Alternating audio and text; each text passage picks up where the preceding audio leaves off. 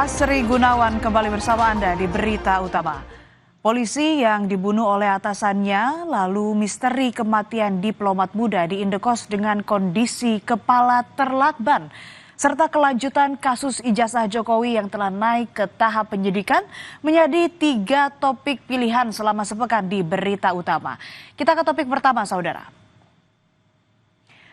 Polisi telah menetapkan 3 tersangka penganiayaan yang mengakibatkan kematian seorang anggota bidang profesi dan pengamanan kepolisian daerah Nusa Tenggara Barat, Brigadir Nur Hadi.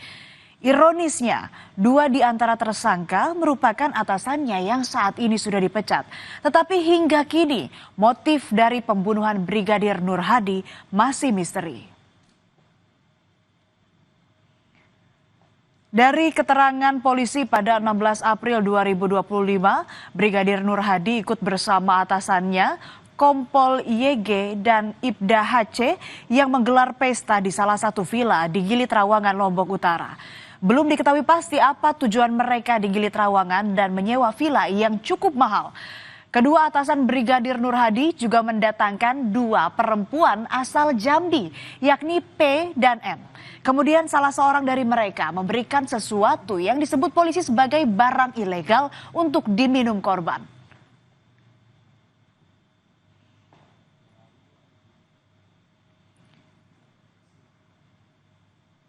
Menurut penyidik, selama pesta di kolam villa, aktivitas ke-5 orang tak terekam kamera pengawas dan hanya ada CCTV di pintu masuk. Pada 16 April 2025, menurut kedua atasannya, Nur Hadi berenang pukul 16.40 WITA dan kemudian ditemukan berada di dasar kolam pukul 17.00 WITA. Atasan korban mengaku mengangkat korban ke pinggir kolam. Mengetahui kondisi korban, pihak villa pun membantu menghubungi klinik Warna Medika pukul 21.20 WITA. 4 menit kemudian tim medis tiba dan langsung memberikan pertolongan pada korban. Namun pasien tidak ada respon. Korban lalu dibawa ke klinik tapi Nur Hadi dinyatakan meninggal pada pukul 22:14 WITA. Ada 2 kilo ini.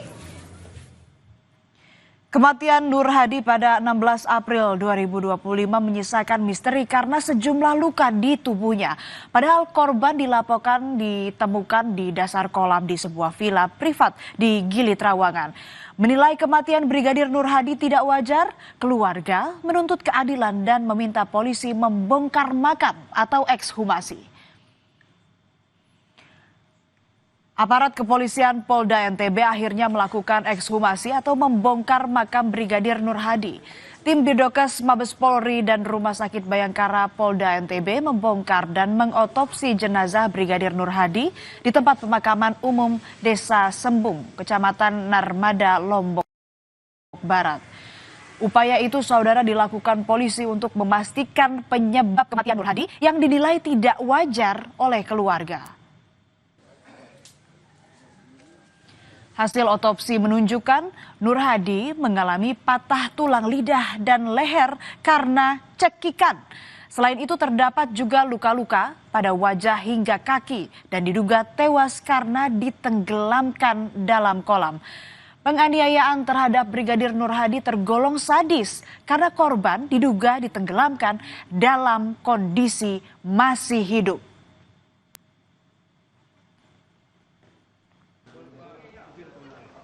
Dari hasil penyelidikan, polisi menetapkan 3 tersangka dalam kasus tewasnya Brigadir Nur Hadi. 2 diantaranya adalah perwira Polda NTB atasan Nur Hadi, yakni Kompol YG dan Ibda HC. Sementara 1 tersangka lainnya adalah perempuan berinisial M. Tetapi tersangka belum mengakui adanya penganiayaan yang berujung tewasnya Brigadir Nur Hadi. Namun penyidik di Treskrimum Polda NTB mendatangkan ahli poligraf dari Laboratorium Forensik Polda Bali untuk mengecek kebohongan dari tersangka menggunakan lie detector. Dari hasil poligraf, tersangka berbohong. 2 perwira Polri itu pun mendapat PTDH atau pemberhentian tidak dengan hormat. Karena ini tidak ada pengakuan, kami datangkan, seperti saya sampaikan, datangkanlah lapor Bali untuk kita cek kebohongan melalui lie detektor. Tersangkanya yang pertama mungkin sudah tahu, anggota Polri, yaitu Kompol Yogi YPM ya, YPM. Yang kedua Ibda GH, yang ketiga M. M ini adalah rekan wanitanya dari YM pada saat itu yang menemani, rekan yang menemani di lokasi. Keluarga Brigadir Nur Hadi menginginkan pelaku pembunuhan dihukum berat dan polisi transparan dalam menangani kasus. Sebab bagi keluarga, kejanggalan kematian Brigadir Nur Hadi masih belum terungkap.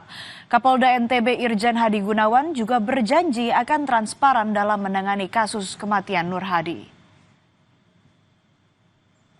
Untuk pihak polisi, maunya saya ya pribadi untuk transparan gitu loh.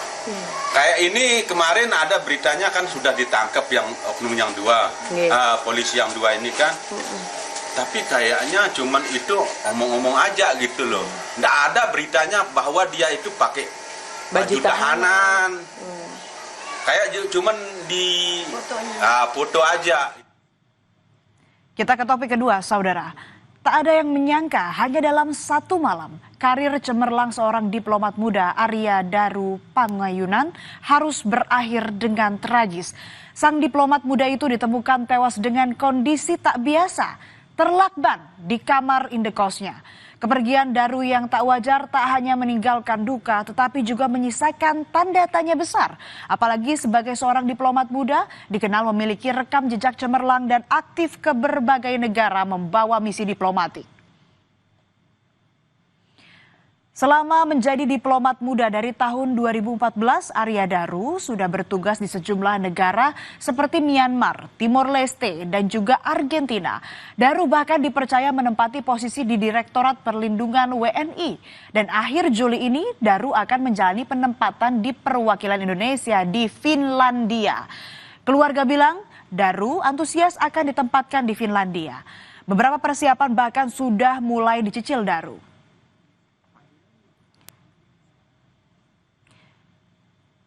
Namun takdir berkata lain, rencana Daru untuk menjalani penugasan di Finlandia tak pernah terwujud. Daru ditemukan tewas pada Selasa 8 Juli pagi hari di kamar indekosnya di kawasan Gondangdia, Jakarta Pusat. Jenazah Daru ditemukan secara tak wajar karena dengan kepala terlilit lakban.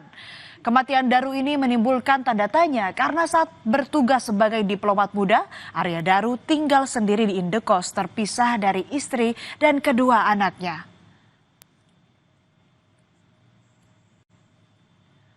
Kedatangan jenazah diplomat muda Arya Daru Pangayunan di rumah duka di Bantul, Yogyakarta disambut isak tangis keluarga.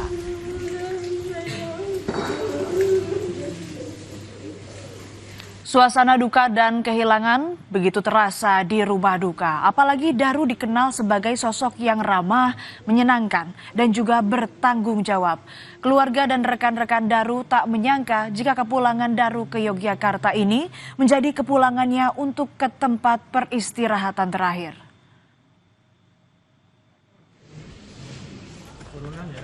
Jenazah Daru dimakamkan pada Rabu petang di Pemakaman Umum Suten Banguntapan, Bantul, Yogyakarta. Proses pemakaman dihadiri pihak keluarga dan kerabat termasuk Dirjen Pelindungan Warga Negara Indonesia, Yuda Nugraha. Daru meninggalkan istri dan dua anaknya yang masih duduk di bangku sekolah. Kepergian sang kepala keluarga ini menjadi pukulan berat bagi keluarga kecil ini. Apalagi Daru sempat berjanji pada dua buah hatinya untuk berlibur ke Candi Borobudur pada akhir pekan ini. Namun semua rencana ini sirna setelah Daru ditemukan tak bernyawa di rumah indekosnya.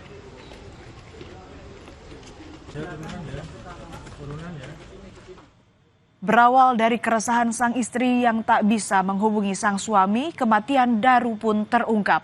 Saat itu pada 8 Juli pukul 5 pagi, seperti biasa, sang istri menghubungi Daru untuk membangunkan sholat subuh. Namun tak ada jawaban di ujung telepon. Sang istri mencoba kembali menghubungi Daru pada pukul 7 dan 8 pagi. Lagi-lagi tak ada jawaban dari Daru. Hal ini memicu kegelisahan sang istri lantaran di malam sebelumnya sang suami masih bisa berkomunikasi dengannya. Ia kemudian menghubungi penjaga indekos untuk melihat kondisi sang suami. Dan inilah visual rekaman CCTV saat penjaga indekos dan seorang warga datang untuk melihat kondisi Daru. Di depan kamar Daru, penjaga indekos berusaha mencoba menelepon dan beberapa kali mengetuk pintu kamar untuk mengecek keberadaan korban. Karena korban tak kunjung menjawab, kedua pria itu pun berusaha membuka kamar menggunakan kunci cadangan. Namun, pintu terkunci rapat. Alhasil salah seorang pria yang diduga penjaga indekos dengan mudah mencongkel jendela lalu membuka pintu dari dalam kamar.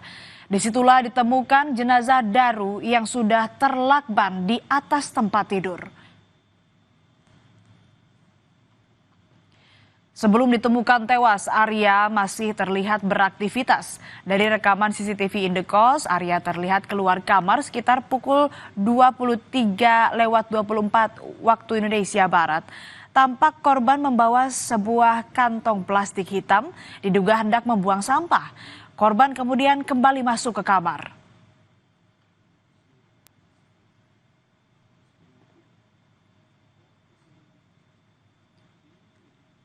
Kasus ini bukan kematian biasa, lantaran jenazah korban ditemukan dalam keadaan terlakban yang berlapis rapi. Dari hasil olah TKP, diketahui tidak ada barang-barang korban yang hilang. Kondisi kamar juga tidak berantakan. Selain itu, tak ada bekas penganiayaan. Lalu apa yang terjadi di kamar indekos diplomat muda dari pukul 11 malam pada hari Senin sampai pukul 8 pagi di hari Selasa masih jadi tanda tanya besar.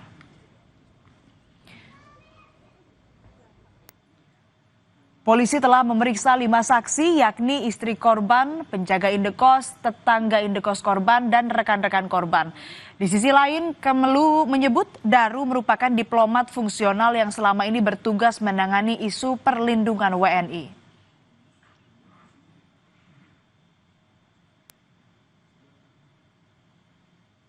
Iya pernah tapi itu jangan dikait-kaitkan gitu ya. Kita lihat menunggu hasil penyelidikan polisi. Kita jangan berspekulasi. Jadi kami tidak ingin berspekulasi. Kita tunggu hasil penyelidikan. Tapi memang banyak tugasnya itu berkaitan dengan itu ya Pak, TPPU itu ya Pak, almarhum.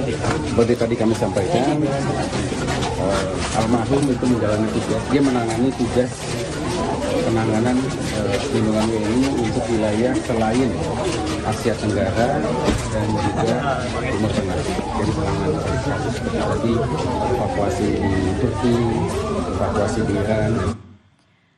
Topik pilihan ketiga pekan ini, saudara, kasus tudingan ijazah palsu Jokowi memasuki babak baru. Seakan tidak ada ujung pangkal, kasus tudingan ijazah palsu Jokowi terus bergulir. Polisi telah menaikkan status laporan pencemaran nama baik dan penghasutan serta penyebaran berita bohong terkait tudingan ijazah palsu Jokowi dari penyelidikan ke tingkat penyidikan. Artinya, polisi menemukan ada unsur pidana dalam laporan Jokowi soal pencemaran nama baik. Pertanyaannya, siapakah nama-nama yang akan ditetapkan sebagai tersangka dalam kasus ini?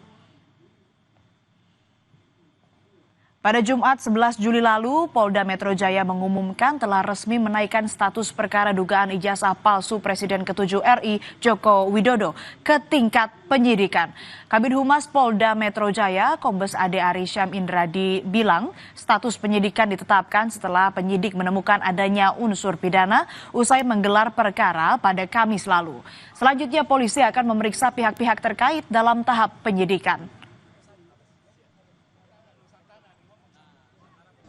Berdasarkan hasil gelar perkara tadi malam, maka terhadap laporan polisi yang pertama, pelapornya adalah Saudara Insinyur HJW. Dalam proses penyelidikan yang sudah dilakukan, dalam gelar perkara disimpulkan, ditemukan ya, hasil penyelidikan sudah ditemukan dugaan peristiwa pidana sehingga perkaranya ditingkatkan ke tahap penyidikan. Ya, nanti coba kami pastikan ya jadwalnya kapan. Tentunya saksi-saksi korban, saksi-saksi dari pihak korban, kemudian nanti ada dugaan terlapor dan lain sebagainya, saksi-saksi dari pihak terlapor itu juga nanti dilakukan pemeriksaan dalam tahap penyidikan. Sebelumnya, penasihat hukum Jokowi Yakub Hasibuan menyebut ada 5 nama yang dilaporkan ke Polda Metro Jaya terkait dugaan pencemaran nama baik berinisial RS, T, RS, ES, dan K. Diduga kelima orang ini merupakan Roy Suryo, Rismon Sianipar, Tifauzia Tiasuma, Egy Sujana, dan Kurnia Triroyani yang aktif mengkritik keaslian ijazah Jokowi. Meski polisi belum mengonfirmasi kepastian nama-nama yang dilaporkan Jokowi dalam kasus ini, namun Roy Suryo CS telah menjalani pemeriksaan klarifikasi di Polda Metro Jaya terkait kasus ijazah Jokowi pada tahap penyelidikan. Merespons naiknya kasus pencemaran nama baik soal ijazah Jokowi, Rismon Sianipar mengaku dirinya dan para terlapor sama sekali tidak gentar. Rismon percaya diri data yang disampaikan oleh timnya ke Bareskrim pada gelar perkara khusus sesuai fakta ilmiah. Rismon bilang ia dan kawan-kawan akan melawan segala bentuk kriminalisasi terhadap dirinya dan tim yang terlapor. Senada, Roy Suryo juga mengaku tak gentar pada potensi menjadi tersangka pencemaran nama baik di kasus ijazah Jokowi. Ia bilang akan tetap setia mengedepankan kejujuran. Kami tidak gentar sama sekali ya untuk menghadapinya karena kami berbasis ilmiah dan berbasis sains dan fakta-fakta di lapangan, sehingga kami akan lawan ya segala bentuk kriminalisasi terhadap kami. Ya, kami tidak gentar sama sekali. Kami akan melanjutkan perjuangan ini karena kami tidak ingin ke depan seorang presiden ya memiliki latar belakang pendidikan yang diragukan oleh publik. Nggak apa-apa, nggak lihat saja kalau gentar kan sudah bisa kelihatan. Alhamdulillah Dr. Resmon, saya, Dr. Tifa, dan semua itu kita tetap setia mengedepankan kejujuran dan fakta. Perkara nanti apakah Polda Metro akan meneruskan dan menyidik, yaitu tugas mereka. Sebelumnya pada 30 April lalu, Presiden ke-7 RI Joko Widodo mendatangi Polda Metro Jaya untuk melaporkan dugaan pencemaran nama baik dan penghinaan terkait ijazahnya. 5 orang dilaporkan dalam kasus tersebut. Jokowi menyebut alasan melapor agar memberi pelajaran pada pihak yang dianggap telah memfitnahnya. Jokowi merasa tudingan ijazah palsu telah menghina dan merendahkannya. Kan sudah menghina saya sehina-hinanya, sudah menuduh ijazah itu ijazah palsu, sudah merendahkan saya serendah-rendahnya. Ya nanti dibuktikan lewat proses hukum. Dan demikian 3 topik pilihan dalam sepekan. Nantikan topik menarik lainnya hanya di Berita Utama. Saudara, usai jeda ada informasi petugas damkar jadi tamu dadakan dalam sebuah acara pernikahan di Jambi untuk membantu melepas cincin mempelai yang kekecilan.